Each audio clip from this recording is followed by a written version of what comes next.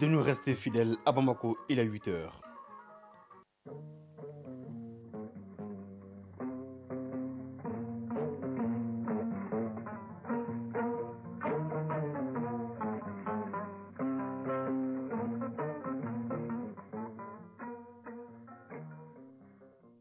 Le journal, Mohamed Diarra. Mesdames, Messieurs, bonjour et bienvenue. Les titres. Le 10 décembre, c'est la journée mondiale des droits de l'homme et pour célébrer cette journée, les autorités maliennes ont créé l'espace d'interpellation démocratique dans les travaux de la 26e édition s'ouvre tout à l'heure au Centre international de commerce de Bamako en présence du Premier ministre. Et reconnaissance du mérite, le grand maître des ordres nationaux a remis des distinctions à une vingtaine de personnes. Elles ont été élevées au grade d'officier de l'ordre national, de commandeur de l'ordre national, de grand officier de l'ordre national et de grand croix de l'ordre national. À sur le dossier culture dans une quinzaine de minutes avec Cheikh Omar Sangaré qui nous amène chez les bois pour parler de textile en conteneur appelé boisseau. En sport, l'actualité, c'est bien la Coupe du Monde Qatar 2022. La première affiche de demi-finale opposera l'Argentine à la Croatie. Voilà pour le sommaire. Tout de suite, les détails. Oui, nous sommes le samedi 10 décembre et c'est la journée des droits de l'homme. Cette date coïncide avec la 26e édition de l'espace d'interpellation démocratique. Comme sur 334 dossiers reçus par le médiateur de la République, 28 sont retenus pour être lus devant le jury et les membres du gouvernement. La cérémonie qui s'ouvre tout à l'heure à 9h est présidée par le Premier ministre Dr Shogel Kokala Maïga. Reconnaissance du mérite et cérémonie de décoration des grands serviteurs de l'État, le président de la transition, le colonel Assimi Goïta, grand maître des ordres nationaux, a procédé hier matin à la distinction de plus d'une vingtaine de personnes au grade d'officier de l'ordre national, de commandeur de l'ordre national, de grand officier de l'ordre national et de grand croix de l'ordre national. La cérémonie de décoration a réuni dans la salle des banquets le président du CNT, plusieurs membres du gouvernement, des généraux ainsi que les membres du cabinet du président de la transition. Était également président le chef du gouvernement, Dr Shogel Kokala Maïga. Le point avec Mamari Kouni. Général de brigade Amadou Sakafourou Gueye, au nom de la République du Mali, nous vous élevons à la dignité de Grand Croix de l'ordre national du Mali. Après le travail bien fait, c'est la récompense, dit-on souvent. Cette cérémonie de décoration commence par l'élévation du grand chancelier des ordres nationaux à la dignité de Grand Croix de l'ordre national du Mali, une première. Le président de la transition répare ainsi une injustice. Général de brigade Amadou Sakafourou Gueye, grand chancelier des ordres nationaux. Permettez-moi de me tourner vers le président de la transition, chef de l'État, grand maître des ordres nationaux du Mali, afin de le remercier avec toute la déférence qui ici vous assure que j'arbore et arborais sur ma poitrine cette médaille, symbole de l'exceptionnelle reconnaissance de mon pays. Ils sont présidents d'institutions, ministres, membres du CNT, officiers supérieurs des femmes en service ou à la retraite, opérateurs économiques, dirigeants sportifs et ils ont en commun l'amour de servir ce pays avec dévouement. Parmi les 26 récipiendaires, il y a 2 grands officiers de l'ordre national, 20 commandeurs de l'ordre national, 3 officiers de l'ordre national et 1 est élevé à la dignité de Grand Croix de l'ordre national. Général de brigade Amadou Sakafourou Gueye, grand chancelier des ordres nationaux. Cette traditionnelle cérémonie revêt une importance particulière pour la nation malienne. Pour les hommes et les femmes, recevront le symbole de la reconnaissance de leur amour pour la patrie, de leur esprit de sacrifice, de leur attachement aux valeurs qui ont façonné nos glorieux ancêtres, dont ils sont aujourd'hui les fiers descendants.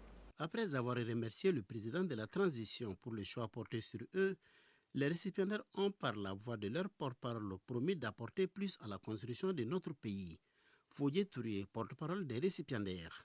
Ces distinctions nous appellent aussi à redoubler l'effort, à faire plus qu'avant. Et encore une fois, je prends l'engagement au nom de mes co-récipiendaires de faire en sorte que l'honneur qui nous a été fait aujourd'hui et les valeurs que nous avons prônées tout au long de notre carrière puissent servir d'exemple et de source d'inspiration aux générations futures. Ces récipiendaires sont désormais des icônes et doivent servir à ce titre d'exemple pour les générations futures.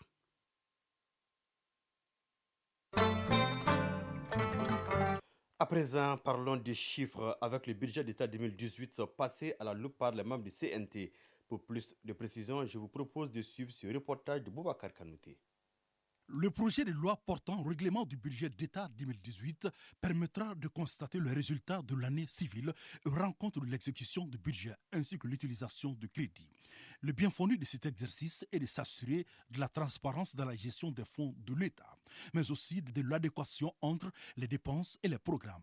L'adoption du présent projet, qui est une exigence de la loi, permet aux membres du CNT de donner leur quitus aux gestionnaires. Ce projet de loi passe haut la main, 128 voix pour, 0 contre et 0 abstention. Alfousseni Sanou, ministre de l'économie et des finances. Le gouvernement, à travers le ministère, présente un budget. Le budget, il est exécuté. Lorsque le budget, on finit de l'exécuter, on fait ce qu'on appelle un projet de loi de règlement pour indiquer comment le budget a été exécuté et nous envoyons le dossier au niveau de la section des comptes qui est chargée de vérifier si le projet de budget a été correctement exécuté. Donc la section des comptes donne son avis et le projet de loi de règlement que nous élaborons au niveau du ministère de l'économie et des finances est déposé sur la table du CNT en même temps que l'avis de la section des comptes qui va donner son avis sur la sincérité et la régularité de l'exécution budgétaire. Avec ce vote à l'unanimité, ça démontre que vraiment le budget qui nous a été autorisé a été correctement exécuté. C'est une innovation parce que c'est la première fois que la loi de règlement se fait sur la base du budget en mode programme. Pour le règlement du budget d'État 2018, la pertinence du présent projet de loi cadre bien avec l'orthodoxie budgétaire. Mamadou Touré, président de la Commission des finances, de l'économie, du plan et de la promotion du secteur privé. La notion de loi de finances, déjà, dans son acceptation la plus générale, fait recours au budget d'État, couvre en réalité d'autres types de lois. Parce que le budget, en fait, pour qu'il soit exécutoire, il faut que l'Assemblée le vote pour lui donner force de loi et permettre à l'exécutif de l'exécuter. Ce projet de loi portant règlement du budget d'État 2018 établit le compte de résultats de l'année concernée et autorise le transfert de résultats financiers du compte permanent des découvertes du Trésor. Le Mali lance sa carte d'identité nationale biométrique. 3 membres du gouvernement ont reçu les leurs. D'une validité de 5 ans, la carte biométrique malienne est produite sur la base du fichier NINA et fait office de carte d'électeur. Elle est produite par l'entreprise allemande Dermalog, dont les travaux ont été visités par le ministre d'État, ministre de l'Environnement territorial et de la décentralisation et ses collègues en charge de la sécurité et des Maliens de l'extérieur. Le point avec Salimata Dao. Les premières cartes d'identité nationale biométrique du Mali viennent d'être produites. L'État malien a fait confiance à l'entreprise allemande Dermalog qui a installé une unité de production de dernière génération. Colonel Abdoulaye Maïga, ministre d'État, ministre de l'administration territoriale et de la décentralisation. Carte d'identité biométrique sécurisée nationale illustre les 3 principes clés définis par son Excellence le colonel Assimi Goïta, président de la transition, chef de l'État, à savoir le respect de notre souveraineté, le respect de nos choix de partenaires et bien entendu la prise en compte des intérêts vitaux des Maliens. Nous avons et nous assurons la souveraineté nationale totale sur la production de cette carte d'identité nationale. C'est-à-dire que les serveurs, les données se trouvent sur notre territoire et la carte est produite au Mali, pas à l'extérieur du Mali. Cette nouvelle pièce d'identité malienne est faite en polycarbonate, conforme aux spécifications techniques fixées par la CEDEAO et est multifonctionnelle. Colonel Abdoulaye Maïga. L'intérêt pour nous dans cette carte réside essentiellement à la promotion du NINA, le numéro d'identification national. Nous avons aujourd'hui une vision, c'est un Malien, un NINA, ce qui permet d'éviter de multiplier la personnalité de nos citoyens dessus. Et avec cette carte d'identité biométrique, nous avons également le même numéro NINA, ce qui permet de sécuriser tous nos documents administratifs. Le deuxième intérêt, c'est les économies d'échelle que nous réalisons. Grâce à la carte d'identité biométrique, il n'y aura plus de carte NINA et il n'y aura plus de carte d'électeur, ce qui permet au budget national, en tout cas, d'affecter nos ressources vers d'autres domaines prioritaires. Les Maliens pourront voyager dans tout l'espace CEDEAO avec la carte biométrique. Elle est établie dans des conditions fiables et sécurisées et peut être un moyen efficace de lutte contre le grand banditisme. Général de brigade Daoud Ali Mohamedine, ministre de la Sécurité et de la Protection civile. Toutes les dispositions sécuritaires ont été prises dans ce domaine et je puis vous rassurer qu'il y a beaucoup d'aspects qui sont pris à l'intérieur de cette carte qui ne sont souvent même pas visibles pour assurer vraiment la sécurité et la fiabilité de la carte. Pour valider ces informations NINA et recevoir sa carte, il suffit de vous connecter sur le site www.jevalidemonina.com. Vous recevrez un message vous indiquant l'adresse à laquelle récupérer votre carte. Les Maliens de l'extérieur auront maintenant moins de difficultés à renouveler leurs pièces d'identité. Alhamdou Ag Ilienne, ministre des Maliens de l'extérieur et de l'intégration africaine. C'est une grosse épine qui est en train d'être ôtée de leurs pieds et qui permettra à nos compatriotes établis dans les pays à l'étranger de pouvoir bénéficier d'une carte d'identité aux normes, sécurisée, et qui leur permettra aussi au niveau des missions diplomatiques et consulaires respectives de pouvoir vraiment exercer toutes leurs activités et de rectifier aussi la plupart des erreurs qu'ils avaient. Tout Malien âgé de 5 ans au moins peut se faire délivrer une carte d'identité nationale biométrique, mais la carte est exigible à partir de 15 ans avec une durée de validité de 5 ans. Chronique culture et société. Chez les bois, le textile en cotonnade est appelé boisseau. Il est très important d'abord l'esthétique, ensuite pour s'identifier à un groupe social et enfin pour le passage dans le monde des ancêtres. Malgré cette importance socio-culturelle du textile bois, la menace plane sur le secteur encore basé sur l'artisanat. Dans la chronique culture et société, Cheikh Omar Sangaré nous entraîne dans l'univers du textile bois ou boisseau.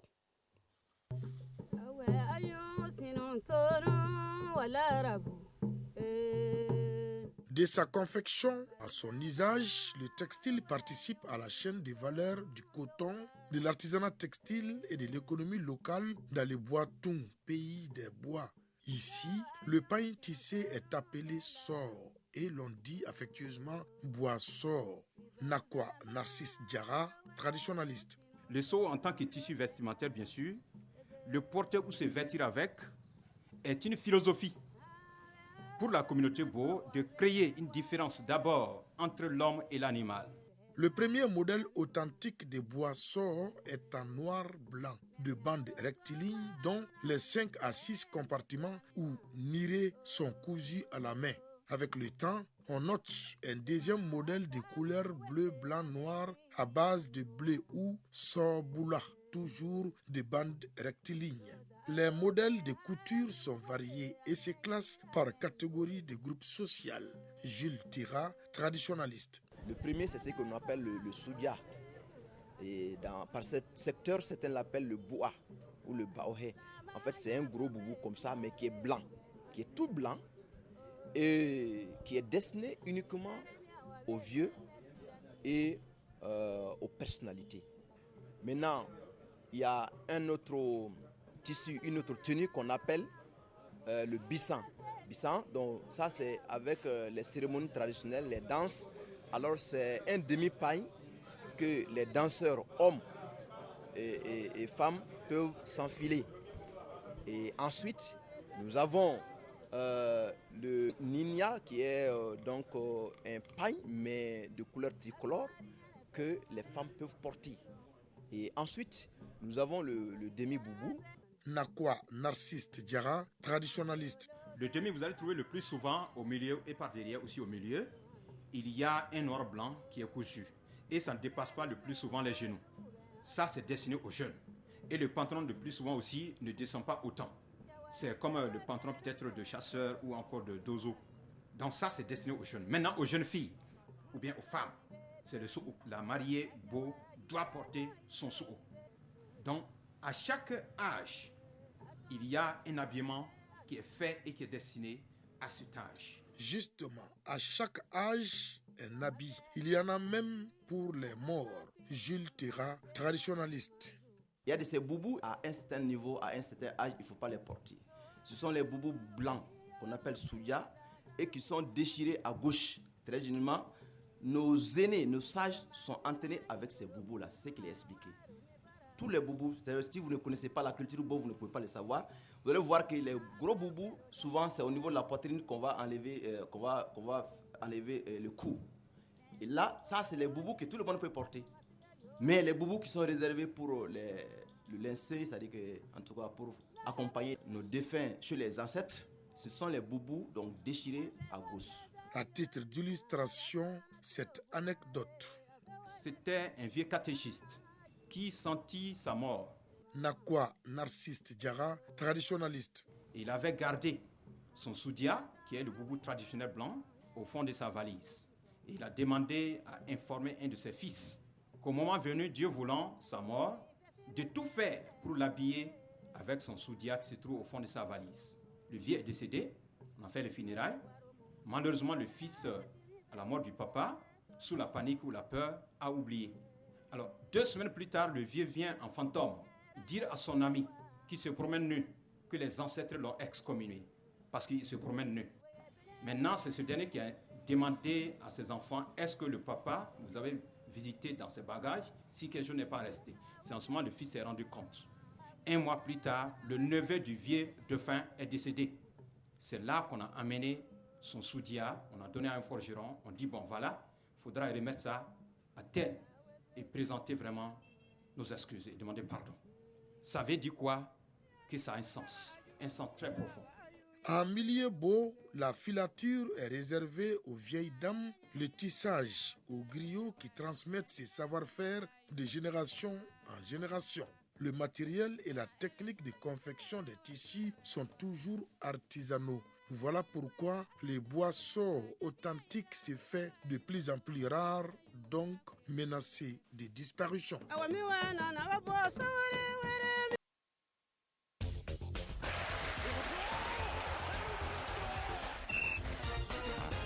Et oui, l'actualité des sports, c'est bien la Coupe du Monde Qatar 2022. L'affiche de la première demi-finale est connue. Elle mettra aux prises la Croatie et l'Argentine en quart de finale. Hier, la Croatie a éliminé le Brésil 4-2 au tir au but.